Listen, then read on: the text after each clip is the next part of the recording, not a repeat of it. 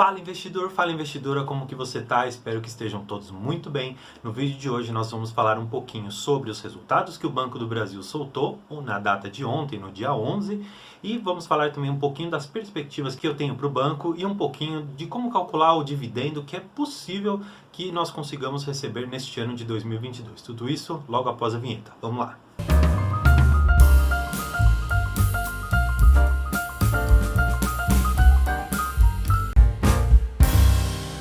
Bem, como vocês sabem, tem muitos canais que eles trazem ali basicamente o relatório do que foi o resultado do Banco do Brasil e de todas as outras empresas da Bolsa. Sempre vai ter um canal que fala sobre isso e eu acho extremamente valioso que haja esse tipo de conteúdo. Eu gosto inclusive de fazer, eu fiz um da Via Varejo, vou deixar o card aqui em cima para você dar uma olhada se tiver interesse nessa empresa.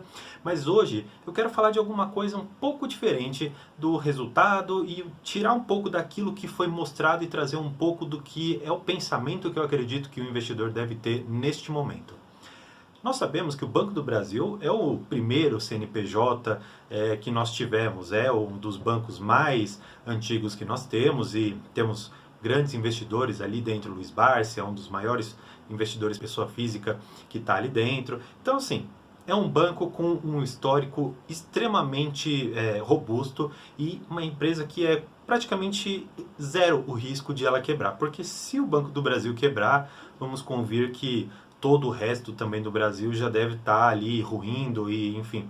E olhando um pouquinho para os resultados dela, foi possível enxergar que ela reportou um lucro muito alto, que foi alguma coisa ali na casa de 6,4, 6,6 bilhões de reais para este único trimestre. Nós podemos enxergar que o Banco do Brasil ele trouxe ali nos seus resultados um lucro muito vultuoso, que foi na ordem ali dos 6,6 bilhões de reais só para esse trimestre. A empresa ela já vem reportando um crescimento anual, alguma coisa em torno ali de 5 a 5,5%. Todo ano ela tem crescido alguma coisa perto disso. Tanto é que esse crescimento dela é tão visível que ela mesmo traz um guidance, ou seja, ela traz uma linha daquilo que é possível que esperemos dos próximos resultados e até o final desse ano. Tanto é que ela disse que é possível que ela tenha um lucro na ordem ali de no máximo 26 bilhões de reais só para esse ano de 2022.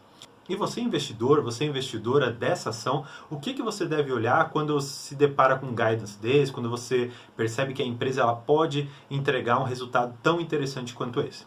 Pois bem, vendo que ela já também declarou que ela vai pagar pelo menos 40% de todo esse lucro, você tem que pegar esses 26 bilhões de reais, fazer uma regra ali para você conseguir os 40% disso, que eu fiz a conta aqui, daria alguma coisa em torno de 11 bilhões de reais. Você, depois que conseguir saber o quanto que ela vai pagar, você tem que fazer a divisão deste resultado, desses 10, 11 bilhões, e depois dividir pela quantidade de ações que a empresa possui. A partir disso, você vai ter uma noção bem próxima de qual vai ser o valor final que vai cair financeiramente na sua mão por cada uma das ações. Há ali alguma perspectiva de passar um pouquinho desses 26 bilhões? Existem outros que estão considerando que ela vai lucrar menos do que o piso que ela disse, que seria na ordem ali dos 23 bilhões. Mas de qualquer forma, independentemente do resultado que você conseguir chegar, a empresa ela tem de uma forma muito segura a possibilidade de pagar no mínimo R$3 por ação. Para vocês terem uma noção de quão seguro que o Banco do Brasil é, eu fiz um cálculo um pouco mais otimista. Eu tenho aqui para mim que ele tem a possibilidade de trazer como lucro para esse ano alguma coisa na ordem dos seus 28 bilhões de reais, o que daria alguma coisa de um dividendo de R$3,80 por ação. Isso significa, André, que eu devo sair e pegar todo o dinheiro que eu tenho guardado, que está ali na minha poupança, que está debaixo do colchão e colocar tudo no Banco do Brasil? Não, de forma alguma. Porque o que você tem que entender é que dentro da renda variável você pode ter surpresas. Claro, o Banco do Brasil ele já se mostra um banco extremamente sólido há décadas. E não seria hoje, talvez, que ele fosse mudar isso. Na verdade, ele até projeta um crescimento bastante robusto para ele, entrega resultados constantes. Então, eu acredito que é uma forma segura de você encarar o investimento como, olha, eu tenho a ideia de que eu vou receber pelo menos R$ 3 durante o ano todo, desde que, claro, a gente considere que você colocou um valor fixo ali em 1º de janeiro e você não aporte mais nessa empresa. Aí você vai ter um valor fixo no final desse tempo. Agora, se você vier aportando com o tempo e você for em cada uma das datas que eles colocam como data compra, você ter direito àquele dividendo, aquele juro sobre capital próprio, você pode ter um resultado diferente. O que eu quero dizer? Pode ser que no cômputo anual, se você não conseguiu pegar todas as datas de pagamento do banco, você não recebe esses R$ 3. Mas eu quero que você compreenda que essa conta ela é feita sempre anualmente. Tanto é que muitos especialistas e livros eles falam que você deve analisar a rentabilidade da sua carteira em questão de dividendos sempre no espectro de 12 meses. E o ideal é que você faça isso do mês de janeiro até o mês de dezembro, para que a gente consiga também, para coincidir com a empresa, o exercício financeiro dela, ver se durante esse prazo ela paga de uma forma recorrente os seus dividendos, seus juros sobre capital próprio, e se ela vem entregando, claro, o resultado que ela promete entregar para um determinado ano ali nos seus balanços. E voltando um pouquinho aqui para o Banco do Brasil. Nós sabemos, claro, já expliquei um pouco sobre o dividendo, como que a gente consegue calcular o quanto que financeiramente vai cair na nossa mão, mas qual que é o forte efetivamente do Banco do Brasil? Nós sabemos, claro, que ele tem uma forte frente ali na questão agro, ele também é forte na questão do consignado, afinal de contas, muitos dos servidores estaduais, municipais, federais, eles têm conta ali vinculada com o Banco do Brasil, e por conta disso, o empréstimo consignado, que é aquele que os servidores públicos têm, que você consegue, antes mesmo de o dinheiro cair na conta dele, o banco já consegue reter a parte dele e fazer o pagamento do financiamento. Isso é muito interessante pelo fato de que, olhando em comparação com outros bancos privados ali, Santander, podemos falar de Bradesco, podemos falar de Itaú, eles têm uma margem ali de inadimplência um pouco superior, que seria mais ou menos 1 ponto percentual ali de diferença entre um e outro, de inadimplência com os seus clientes. Qual que é o impacto que existe por detrás disso? Existe uma regra que o Banco Central ele impõe, que os bancos eles não podem, vamos dizer assim, terminar o dia no negativo. E para não terminar o dia no negativo, eles precisam fazer provisões para o caso de aquele dinheiro que eu emprestei, ele não voltar para mim. Então, existe o PDD, que seria basicamente essa provisão que eu comentei para devedores duvidosos que se faz. E existindo, portanto, uma segurança maior em receber aquele valor que foi emprestado, você logicamente também reduz essa provisão.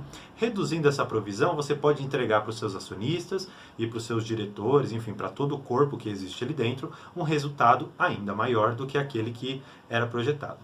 E essa parte que eu comentei do empréstimo consignado, eu também consigo enxergar essa mesma benesse, vamos dizer assim, dentro do banco BMG, que é um banco que eu invisto na minha carteira pessoal, que também não é uma recomendação de compra, mas é uma forma diferente de você analisar dentro do setor financeiro, dentro do setor bancário, uma atuação em ramos diferentes.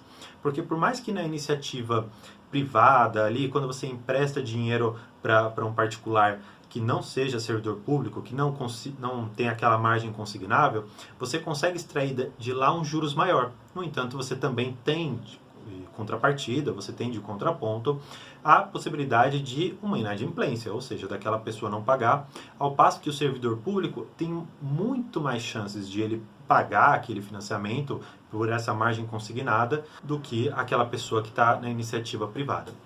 Enfim, considerando todos esses pontos, que eu acredito que são os mais interessantes para nós termos a noção de se o Banco do Brasil ele vale a pena como investimento, se ele é seguro, se esses dividendos eles são sustentáveis, olhando para todo o dado que o Banco do Brasil ele já trouxe para nós, isso nós podemos puxar tanto do Status Invest, do Fundamentos, enfim, de tantos sites ali que servem para análise das ações, o Banco do Brasil é sim, a meu ver, um banco extremamente seguro, com uma previsibilidade de dividendos muito boa e que eu não posso recomendar como investimento. No entanto, eu quero que você não receba de um vídeo meu, de qualquer outra pessoa, como se fosse uma diquinha de invista aqui que você vai conseguir dinheiro. Por que eu quero dizer isso?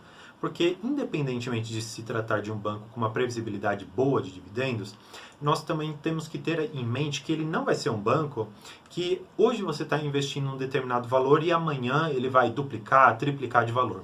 Por que disso? Porque ele é um banco extremamente consolidado, ele já cresceu o suficiente, outros bancos estão tentando ali comer a fatia dele de mercado, apesar dele deter ainda uma boa quantia dela.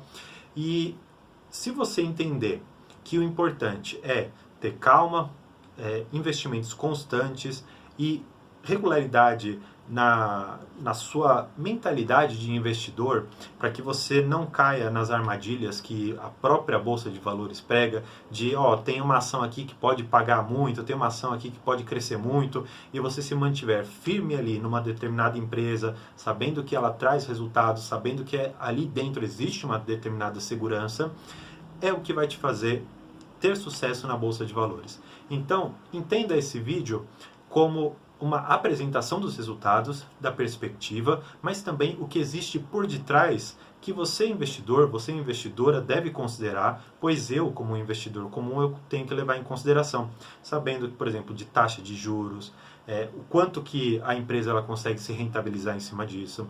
Ela mesma já disse que ela vai conseguir uma rentabilidade interessante ali dentro.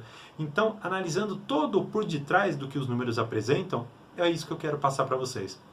Entender que no final das contas, o que importa é ter bastante aportes, reaplicar os seus dividendos e aguardar isso por um bom tempo, porque só o tempo vai fazer com que os juros compostos eles consigam trabalhar a seu favor e que você consiga alcançar a sua liberdade financeira.